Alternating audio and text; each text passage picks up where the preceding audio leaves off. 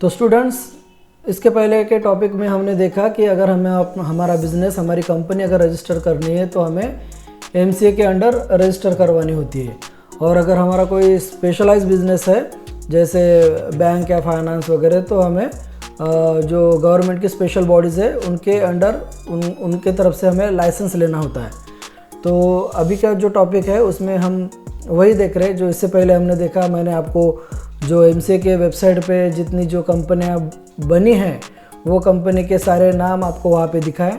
तो जैसे मैंने जो स्पेशलाइज्ड बॉडी भी आपको बताई, आरबीआई क्या होता है, बाकी सारी चीज़ें, तो आज मैं वही फिर से एक बार बताने वाला हूँ कि जो आरबीआई जो है उसका जो फुल फॉर्म है वो है रिज़र्व बैंक ऑफ इंडिया। ठीक है, ये है RBI, reserve bank of India. तो अभी इसके अंडर जो कंपनीज़ है वो कौन सी है? Bank of India, state bank of India, bank of Maharashtra, ICICI bank, axis bank. तो जितने भी बैंक वाले जो बिज़नेस है वो सारे के सारे किन के अंडर रजिस्टर है?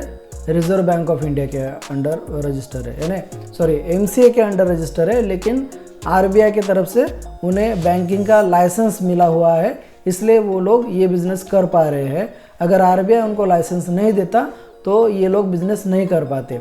उसी टाइप में यहाँ पे आप जैसे देख सकते हो कि जो फाइनेंस कंपनीज होती है, बजाज फाइनेंस हो गया, टाटा कैपिटल का जो फाइनेंस हो गया, और जो बाकी की जो जितनी भी फाइनेंस कंपनी है उनको भी आरबीआई की तरफ से ही लाइसेंस लेना पड़ता है, तभी जाके वो फाइनेंस के इसमें बिज़नेस कर सकते हैं। ठीक है, फिर उसके बाद आता है दूसरी एक बॉडी जो हमने मोबाइल और टेलीफोन के बारे में डिस्कस किया था।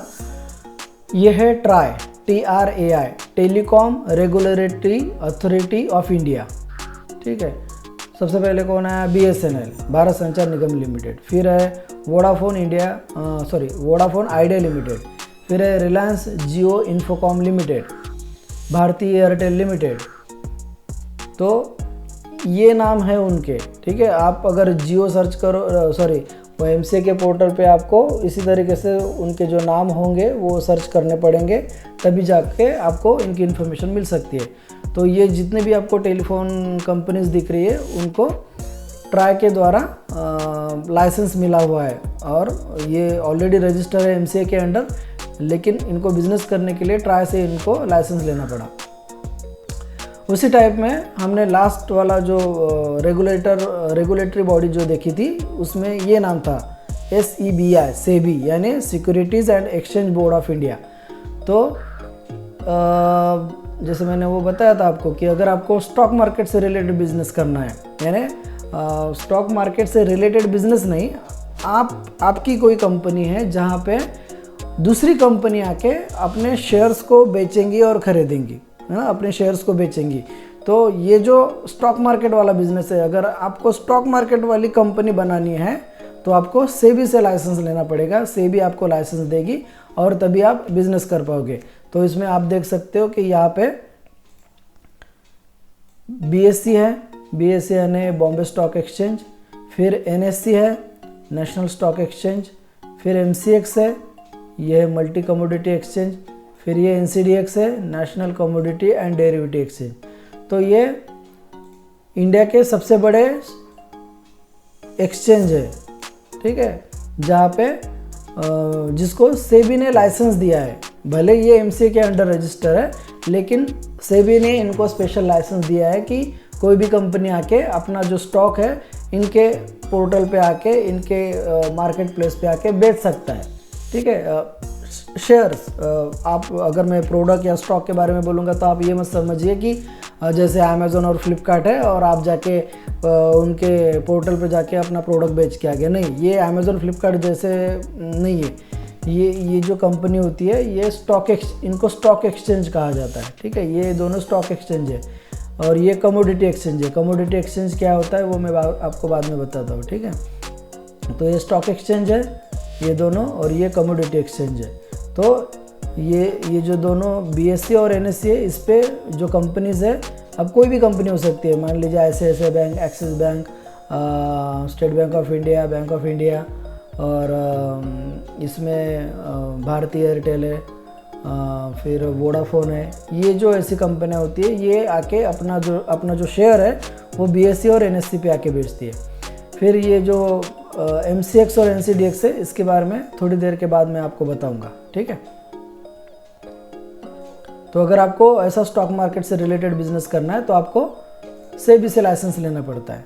जिस तरीके से बैंकिंग और फाइनेंस में अगर आपको बिजनेस करना है तो RBI से लाइसेंस लेना पड़ेगा, वैसे टेलीफोन मोबाइल से रिलेटेड अगर आपको बिजनेस करना है तो ट्राई से लाइसेंस लेना पड़ेगा, वैसे स्टॉक एक्सचेंज से रिलेटेड आपको बिजनेस करना है तो सेबी से लाइसेंस लेना पड़ेगा।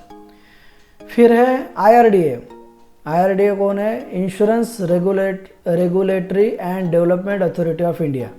तो ये जो होती है ये इनके अंडर कौन काम करता है? ये IRDA ने किसको लाइसेंस दिया हुआ है? तो सबसे पहले है लाइफ इंश्योरेंस कॉरपोरेशन यानी LIC, फिर है SBI लाइफ इंश्योरेंस, फिर है ICICI प्रूडेंशियल लाइफ इंश्योरेंस, फिर है टाटा AIG इंश्योरेंस कंपनी, और एक है रिलायंस जनरल इंश्योरेंस। तो जितने भी इंश्योरेंस कंपनीज़ है जो इंश्योरेंस बेचती है, जहाँ से जो लोग इंश्योरेंस कंपनी से जो इंश्योरेंस खरीदते हैं, तो अगर आपको इंश्योरेंस बिज़नेस में काम करना है, आपके बिज़नेस को चलाना है, कंपनी बनानी है, तो आपको ये जो IRDA है इनके तरफ से लाइसेंस लेना पड़ेगा। जब तक ये IRDA आपको लाइसेंस नहीं देता, भले आपकी कंपनी MCA के अंडर रजिस्टर हो, लेकिन जब तक आपको IRDA लाइसेंस नहीं देता तब तक आप ये बिज़नेस नहीं कर सकते। तो उसी प्रकार जब आप कंपनी बनाते हैं तो जब तक आपको RBI लाइसेंस नहीं देगा आप बैंकिंग और फाइनेंस का बिज़नेस नहीं कर सकते। जब तक ट्राई आपको लाइसेंस नहीं देगा तब तक आप टेलीफोन मोबाइल में बिज़नेस नहीं कर सकते। जब तक आपको IRDA लाइसेंस नहीं देगा तब तक आप इंश्योरेंस में बिज़नेस नहीं कर सकते, और जब तक सेबी आपको लाइसेंस नहीं देगा तब तक आप स्टॉक मार्केट में बिज़नेस नहीं कर सकते, ठीक है।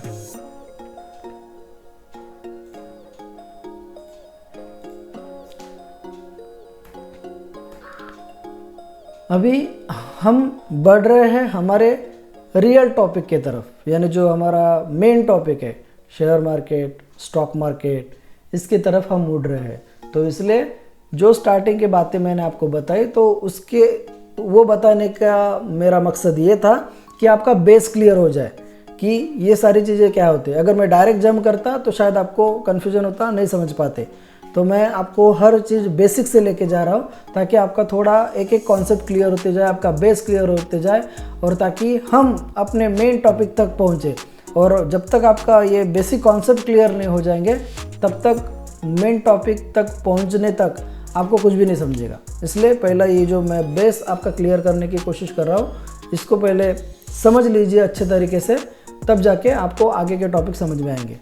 तो जैसे इससे पहले हमने जो देखा था कि जो गवर्नमेंट की जो बॉडी होती है, अलग अलग बॉडीज़ होती है, उन्होंने अगर आप स्पेशलाइज जो भी बिज़नेस करते हैं तो आपको ऐसे ऐसे लाइसेंस मिलते हैं, उसी टाइप में सेबी का है। तो अभी हम सेबी की तरफ मुड़ते हैं। तो अभी सेबी के अंडर जैसे हमने देखा कि BSE है, NSE है, MCX है, NCDX है। तो फिर से वही टॉपिक हम रिपीट करते हैं कि अभी BSE है, तो BSE पे आके कौन अपने स्टॉक बेच सकता है, कौन अपने शेयर्स बेच सकता है, ठीक है। ये थोड़ा इसको फास्ट कर लेता हूँ मैं, ठीक है। तो ये हो गया सेबी ने इनको लाइसेंस दिया है। इसका थोड़ा कलर चेंज कर लेता हूँ मैं अभी। ये हो गया सेबी, और सेबी ने BSE को लाइसेंस दिया है और NSE को भी लाइसेंस दिया है, ठीक है। तो अभी ये है BSE की वेबसाइट, इसको भी नोट कर सकते हो आप, bseindia.com।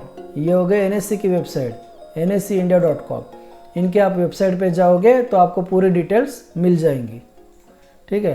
तो ये दो कंपनीज़ है, ठीक है, एक BSE नाम की कंपनी है, एक NSE नाम की कंपनी है। तो जैसे बैंक ऑफ इंडिया हो गया, ICICI बैंक हो गया, रिलायंस है, टाटा है, इन्फोसिस है, IRCTC है, ये जितनी भी कंपनी आपको इधर दिख रही है वही सेम कंपनी आपको इधर भी दिख जाएंगी, ठीक है। Bank of India, ICICI, Reliance, Tata, Infosys और IRCTC। तो ये जितनी भी कंपनी है, ये तो मैंने कुछ गिनी चुनी कंपनियां बताई कि आप ये थोड़ी फेमस है, ये नाम आप जानते हैं, और लेकिन इससे भी बहुत सारी कंपनीज़ है।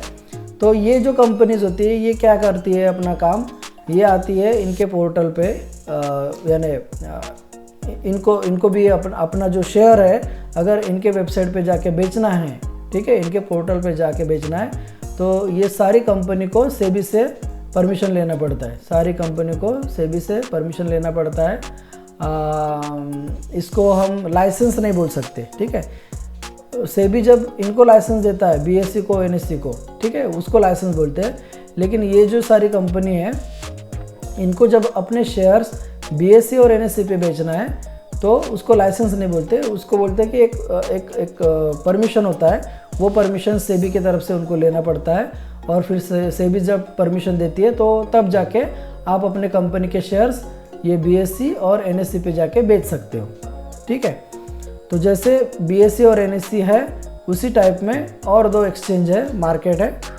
ये एक है एमसीएक्स यानी मल्टी कमोडिटी एक्सचेंज, इसको भी थोड़ा सा फास्ट कर देता हूँ मैं। और है एनसीडीएक्स यानी national commodity and derivatives exchange, ठीक है। ये है एमसीएक्स और ये है एनसीडीएक्स, ये उनकी वेबसाइट है, देख लीजिए mcxindia.com, ये इनकी वेबसाइट है ncdx.com, ठीक है। अभी ये इनके वेबसाइट्स है, फ्यूचर में शायद हो सकता है उनको लगे कि हमारी वेबसाइट का जो एड्रेस है वो चेंज करना पड़े तो वो कर भी सकते हैं, ठीक है।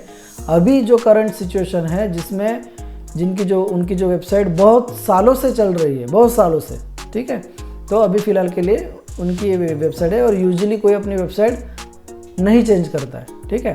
तो इसलिए ये आप ध्यान में रखिए, इनकी वेबसाइट, ये इनकी वेबसाइट, ये इनकी वेबसाइट और ये इनकी वेबसाइट, ठीक है।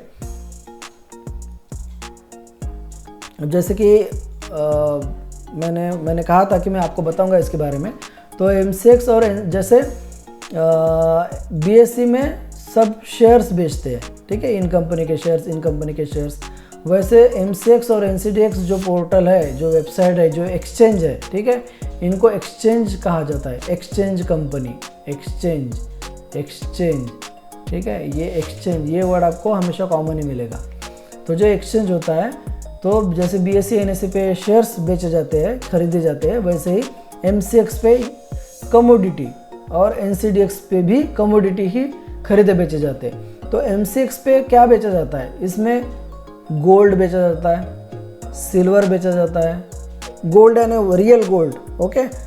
अभी वो रियल गोल्ड नहीं होता एक्चुअल में, वो भी गोल्ड क्या होता है मैं आपको वो बाद में बताऊंगा। लेकिन फिलहाल के लिए ये समझ लीजिए कि जो रियल गोल्ड होता है, रियल सिल्वर होता है, रियल कॉपर होता है, रियल क्रूड ऑयल होता है, रियल नेचुरल गैस होता है, इसको बेचा और ख़रीदा जाता है, ठीक है। इसमें सारे के सारे ट्रांजैक्शन होते हैं बाय और सेल के, बाय और सेल, ठीक है।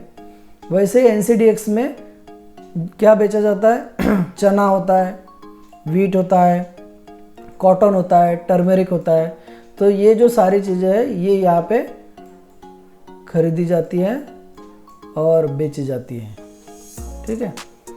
तो ये जो सारी चीज़ें हैं, गोल्ड हो गया, सिल्वर हो गया, कॉपर हो गया, क्रूड ऑयल हो गया, नेचुरल गैस हो गया, इसको बोलते हैं कमोडिटी, ठीक है।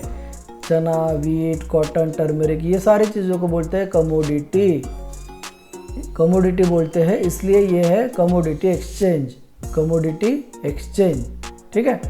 और यहाँ पे शेयर बेचा जाता है, स्टॉक बेचा जाता है, इसलिए इनको कहते हैं stock exchange, stock exchange. I hope कि अभी कोई कन्फ्यूजन नहीं होगा इसमें आपको, कि जहाँ पे शेयर्स बेचे जाते हैं, जहाँ पे स्टॉक खरीदे और बेचे जाते हैं, उनको कहा जाता है स्टॉक एक्सचेंज। और जहाँ पे कमोडिटी बेचे जाते हैं, बेचे या खरीदी जाते हैं, उनको कहते हैं commodity exchange, commodity exchange. Okay, I hope कि ये क्लियर है आपको।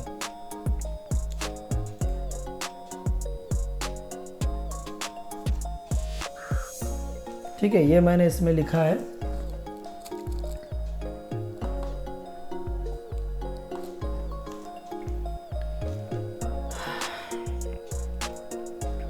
ये चार एक्सचेंज है, ठीक है।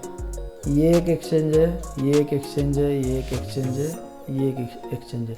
और ये कोई छोटी मोटी कंपनी नहीं है, ठीक है, और छोटे मोटे एक्सचेंज नहीं है, ये इंडिया के सबसे बड़े एक्सचेंज है, सबसे बड़े इंडिया के, पूरे इंडिया के, ठीक है। तो आप ये मत सोचिए कि ये छोटी कंपनी है और यहाँ पे हम ट्रांजैक्शन करेंगे तो ये रातों रात गायब हो जाएंगे, ऐसा नहीं होता है। मैं बार बार आपको बताऊंगा, जब भी मैं कंपनी का नाम बोलता हूँ तो आप ये कन्फ्यूजन में मत रहिए कि कंपनी है, प्राइवेट कंपनी है, ये फ्रॉड करके रातों रात गायब हो जाएंगी, बेच के चले, ऐसा नहीं होता है, ठीक है। जो कंपनी फ्रॉड होती है, जो स्कैम करते हैं, वो भी एमसीए में अपनी कंपनी रजिस्टर कर सकते हैं, लेकिन कुछ बातें होती है, कुछ चीज़ें होती है जो हमें समझना पड़ता है, ये है, ये है, ये है और ये है, और इस वजह से हम उसको कॉन्क्लूड करते हैं कि ये फ्रॉड कंपनी है, ये स्कैमर है। आगे जैसे जैसे हम टॉपिक में बढ़ेंगे, शायद इस पे मैं कोई स्पेशल टॉपिक बनाऊंगा जहाँ पे मैं आपको ये समझाऊंगा कि एक जो प्राइवेट लिमिटेड कंपनी है, जो एक लिमिटेड कंपनी है, जो एक एमसीए पे रजिस्टर कंपनी है, तो इन दोनों कंपनियों को कैसे पहचानना कि ये भी एमसीए पे रजिस्टर है और ये भी एमसीए पे रजिस्टर है, लेकिन ये एमसीए पे रजिस्टर होने के बावजूद भी स्कैमर कंपनी है, फ्रॉड कंपनी है, और ये एमसीए पे रजिस्टर होने के बावजूद अच्छी कंपनी है, रियल कंपनी है और रियल प्रोडक्ट में डील करती है। तो ये भी डिफरेंस मैं कोई एक स्पेशल टॉपिक रखूँगा जिसमें हम ये डिस्कस करेंगे कि किस तरीके से फ्रॉड कंपनियों को पहचाना जाए, ठीक है।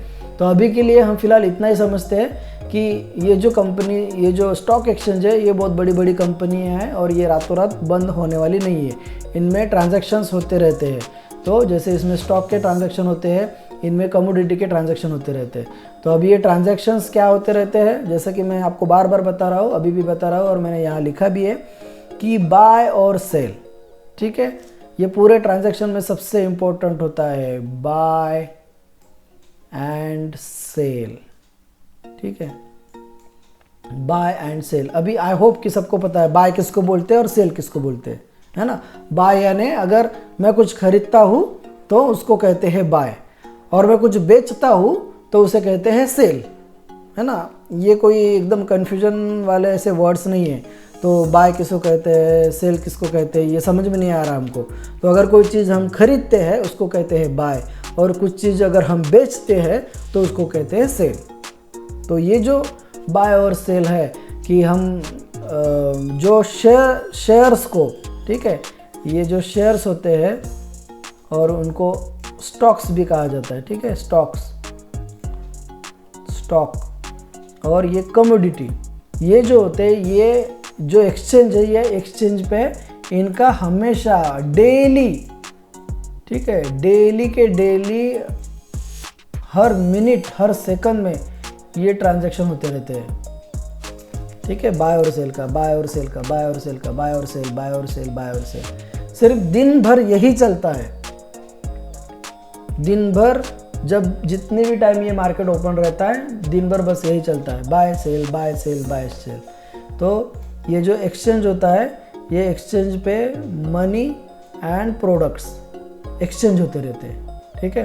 बाय सेल जब करते हैं तो हाँ ओके, ये मुझे बताना रहेगा कि इनको एक्सचेंज क्यों कहा गया, क्योंकि इसमें एक्सचेंज हो रहा है। क्या एक्सचेंज हो रहा है? मनी और प्रोडक्ट्स।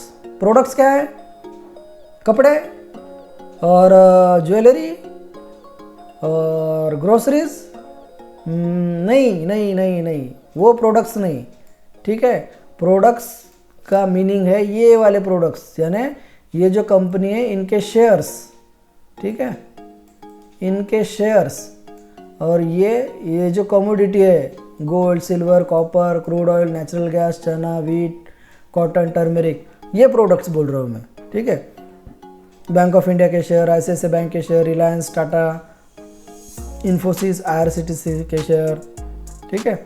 इनके जो शेयर्स है ये इनका एक्सचेंज होते रहता है, यानी कोई अगर ये कमोडिटी या फिर शेयर को बाय करता है तो प्रोडक्ट बायर के पास चला जाएगा और जो पैसा है वो सेलर के पास चला जाएगा, ठीक है।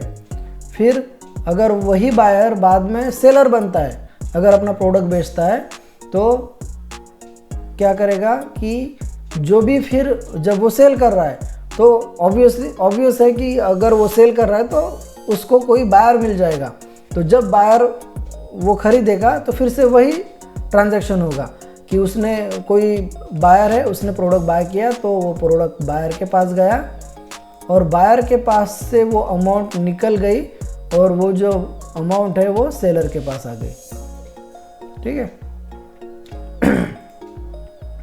तो क्या एक्सचेंज हो रहा है? सेलर प्रोडक्ट को बेच रहा है और बायर मनी दे रहा है। ठीक है। सेलर के पास से प्रोडक्ट जा रहा है, बायर के पास से पैसा जा रहा है। ठीक है। बायर के पास से पैसा जा रहा है, सेलर के पास से प्रोडक्ट जा रहा है। जा तो रहा है, फिर आ कहाँ रहा है? एक्सचेंज हो रहा है ना। एक्सचेंज कैसे हो रहा है? फिर प्रोडक्ट बायर के पास आ रहा है और मनी सेलर के पास आ रहा है। ठीक है, समझ में आ गया? एक्सचेंज हो रहा है ना, तो प्रोडक्ट बायर के पास आ रहा है और मनी सेलर के पास आ रहा है। आई होप कोई कन्फ्यूजन नहीं है इसमें। फिर से एक बार बता देता हूँ कि ये सारे एक्सचेंज पे बाय सेल ट्रांजैक्शन हो रहा है और इसको एक्सचेंज इसलिए कह रहे हैं क्योंकि कुछ तो भी यहाँ पे एक्सचेंज हो रहा है। तो एक्सचेंज क्या हो रहा है कि बायर ये प्रोडक्ट को बाय कर रहा है और पैसे दे रहा है। तो सेलर जब ये प्रोडक्ट बेच रहा है तो उसके पास पैसे आ रहे हैं। तो ये मनी का और ये प्रोडक्ट का एक्सचेंज हो रहा है। ठीक है। तो जब भी सेलर प्रोडक्ट को सेल करता है तो ये प्रोडक्ट बायर के पास जाता है और जब भी बायर प्रोडक्ट को बाय करता है तो ये जो मनी है वो सेलर के पास जाता है। ये समझ लीजिए ना, सिंपल एग्जांपल मैं आपको दे रहा हूँ कि हम किसी शॉप में जा रहे हैं, किसी शॉप में जाके हम प्रोडक्ट परचेस कर रहे हैं। तो प्रोडक्ट परचेस करने के बाद क्या हो रहा है? हम बाय कर रहे हैं, तो प्रोडक्ट हमारे पास आ रहा है और हमारे जेब में से पैसा, वो जो सेलर है, वो जो दुकानदार है, वो शॉपकीपर है, उसके पास पैसा जा रहा है। तो वो कोई एक्सचेंज नहीं है, पर वहाँ पे एक ट्रांजैक्शन हो रहा है बाय और सेल का। वहाँ पे हम एक्सचेंज कर रहे हैं प्रोडक्ट को और मनी को। हमारी तरफ से मनी वो सेलर के पास जा रहा है और उसके पास से प्रोडक्ट हमारे पास आ रहा है। तो ये ट्रांजैक्शन होता है, बाय सेल का एक्सचेंज होता है। ये सारी दुनिया में होता है, हर दुकान पे होता है, हर जगह पे होता है। तो ऐसा आई थिंक ये चीज़ आपके लिए नई नहीं होनी चाहिए कि बाय सेल क्या होता है और exchange of money and product क्या होता है। ये मुझको नहीं समझ में आ रहा है। ठीक है। ये सिंपल सा जवाब है इसका कि आप किसी शॉप में जाते हो तो वहाँ पे एक बाय सेल का ट्रांजैक्शन होता है, एक एक्सचेंज होता है। तो एक्सचेंज क्या होता है कि आप वहाँ से सेलर से कुछ प्रोडक्ट परचेस कर रहे हो, बाय कर रहे हो, तो प्रोडक्ट आपके पास आ रहा है और आपने वो जो प्रोडक्ट खरीदा है उसके लिए आपने पैसे दिए हैं। तो जो मनी है, जो पैसे हैं, वो सेलर के पास जा रहे हैं। तो ये एक्सचेंज हो गया प्रोडक्ट और मनी का। तो आपने वहाँ पे बाय और सेल का ट्रांजैक्शन किया। ठीक है। तो आई होप ये क्लियर है। अभी हम चलते हैं हमारे नेक्स्ट टॉपिक पे।